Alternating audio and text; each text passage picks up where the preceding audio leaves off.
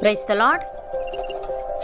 ఈరోజు దేవుని వాగ్దానము, మీరు కుడి తట్టైనను ఎడమ తట్టైనను తిరిగినను ఇదే త్రోవ, దీనిలో నడువుడి అని నీ వెనుక నుండి ఒక శబ్దము నీ చెవులకు వినబడును. యెషయా గ్రంథము 30వ అధ్యాయము 21వ వచనము. సహోదరి సహోదరులారా, దేవుడు ఇజ్రాయేలీలతో తన ప్రవక్త ద్వారా ఈ మాట పలుకుతున్నాడు.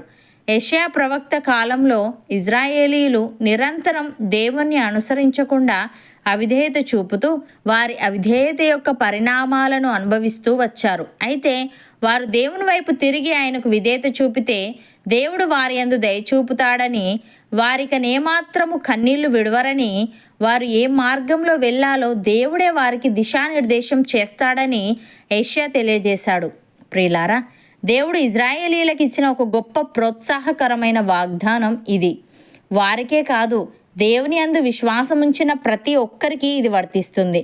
మనము దేవుని వైపు తిరిగితే ఆయన మన వైపు తిరుగుతాడు. మనము కోరుకోవాల్సిన వెళ్ళవలసిన మార్గాన్ని ఆయనే మనకు బోధిస్తాడు. భక్తుడు ఈ విధంగా అంటున్నాడు: నీ స్వబుద్ధిని ఆధారము చేసుకొనక నీ పూర్ణ హృదయముతో యెహోవా యందు నమ్మకముంచుము. నీ ప్రవర్తన అంతటి యందు ఆయన అధికారమునకు ఒప్పుకొనుము. అప్పుడు ఆయన నీ త్రోవలను సరళము చేయును. నేను జ్ఞానిని గదా అని నీవు అనుకొనవద్దు. యెహోవా యందు భయభక్తులు కలిగి చెడుతనము విడిచిపెట్టుము. అప్పుడు నీ దేహమునకు ఆరోగ్యమును, నీ ఎముకలకు సత్తువయు కలుగును అని. ప్రియులారా, మూర్ఖపు మాటలు నోటికి రానియకుడి. పెదవుల నుండి కుటిలమైన మాటలు రానియకుడి. మీ కన్నులు ఇటు అటు చూడక సరిగాను, మీ కనురెప్పలు మీ ముందర సూటిగాను చూడవలెను. మీరు నడుచు మార్గమును సరళము చేయుడి. అప్పుడు మీ మార్గములన్నీ స్థిరములగును. మీరు కుడి తట్టుకైనను ఎడమ తట్టుకైనను తిరగకుడి. మీ పాదమును కీడునకు దూరముగా తొలగించుకొనుడి. అపోస్తలుడైన యోహాను ఈ విధంగా అంటున్నాడు: చిన్నపిల్లలారా, ఇది కడవరి గడియ. క్రీస్తు విరోధి వచ్చునని వింటిరి గదా. ఇప్పుడును అనేకులైన క్రీస్తు విరోధులు బయలుదేరి ఉన్నారు. ఇది కడవరి గడియ అని దీని చేత తెలుసుకొనుచున్నాము. వారు మనలో నుండి బయలువెళ్ళిరి గాని వారు మన సంబంధులు కారు. వారు మన సంబంధులైతే మనతో కూడా నిలిచి ఉందురు. అయితే వారందరూ మన సంబంధులు కారని ప్రత్యక్షపరచబడినట్లు వారు బయలువెళ్ళిరి. అయితే మీరు పరిశుద్ధిని వలన అభిషేకము పొందిన వారు గనుక సమస్తమును ఎరుగుదురు. మీరు సత్యమెరుగని వారైనందున నేను వ్రాయలేదు గాని మీరు దానిని ఎరిగి ఉన్నందునను, ఏ అబద్ధమును సత్య సంబంధమైనది కాదని ఎరిగి ఉన్నందునను మీకు వ్రాయిచున్నాను. యేసు క్రీస్తు కాడని చెప్పువాడు తప్ప ఎవడబద్ధీకుడు? తండ్రిని కుమారుని ఒప్పుకొనని వీడే క్రీస్తు విరోధి. కుమారుని ఒప్పుకొనని ప్రతివాడును తండ్రిని అంగీకరించువాడు కాడు. కుమారుని ఒప్పుకొనువాడు తండ్రిని అంగీకరించువాడు. అయితే మీరు మొదటి నుండి దేనిని వింటిరో అది మీలో నిలవనీయుడి. మీరు మొదటి నుండి వినినది మీలో నిలిచిన ఎడల మీరు కూడా కుమారుని యందును తండ్రి యందును నిలుతురు. నిత్య జీవము అనుగ్రహింతుననున్నదియే ఆయన తానే మనకు చేసిన వాగ్దానము.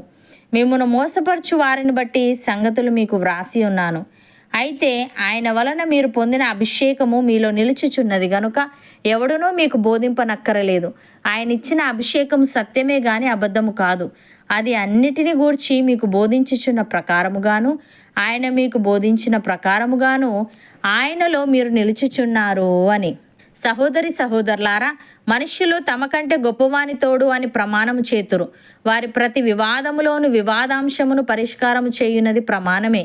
ఈ విధముగా దేవుడు తన సంకల్పము నిశ్చలమైనదని, ఆ వాగ్దానమునకు వారసులైన వారికి మరి నిశ్చయముగా కనపరచవలనని ఉద్దేశించిన వాడై తాను అబద్ధమాడజాలని నిశ్చలమైన 2 సంగతులను బట్టి మన ఎదుట ఉంచబడిన నిరీక్షణను చేపట్టుటకు శరణాగతులమైన మనకు బలమైన ధైర్యము కలుగునట్లు ప్రమాణము చేసి వాగ్దానమును దృఢపరచెను.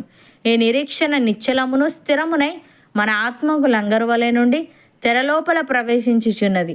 నిరంతరము మెల్కీసెదకు క్రమము చొప్పున ప్రధాన యాజకుడైన యేసు అందులోనికి మనకంటే ముందుగా మన పక్షమున ప్రవేశించెను. నమ్మిన వారు నాతో పాటు ప్రార్థనలో ఏకీభవించండి. పరిశుద్ధుడా, ప్రేమగల తండ్రి, మేము కుడి తట్టైనను ఎడమ తట్టైనను తిరిగినను ఇదే త్రోవ, దీనిలో నడువుడి అని మా వెనక నుండి ఒక శబ్దము మా చెవులకు వినబడునని మేము కోరుకోవలసిన వెళ్ళవలసిన మార్గాన్ని నీవే మాకు బోధిస్తావని తెలియజేశావు. తండ్రి, నీకు స్తుతులు.